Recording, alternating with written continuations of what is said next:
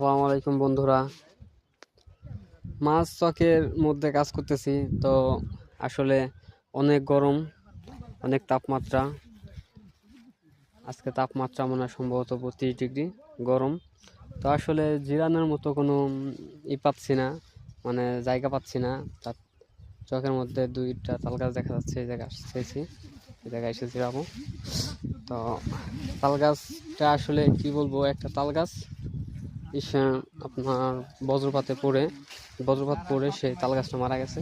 পাশে দুইটা গাছ আছে, এই একটা গাছেই মাছ চকের যত কৃষক ভাইরা আছে তারা সবাই জায়গায় আসলে আসে, আশ্রয় নেয়, ছাওয়ায় থাকে, জিরায়।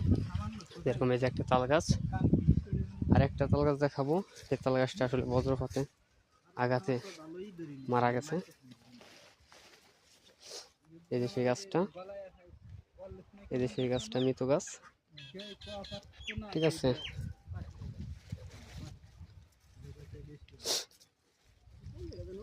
তো আছি তাল গাছ তলায়, আর আমি আসছি মাছ চকে। উঠে হচ্ছে আমাদের গ্রাম, আশপাশে আরো আছে। প্রচন্ড গরমে পাটের কাজ করতে হয়।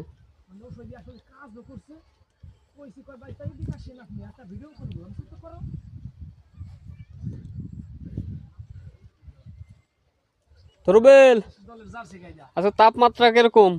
ভাই তাপমাত্রা তো ঠিক আছে, কিন্তু এত কষ্ট করে তো ফসল ফলাইতেছি, ফসলের আমার মনে হয় না যে ফসলের ন্যায্য মূল্য আমরা পাবো।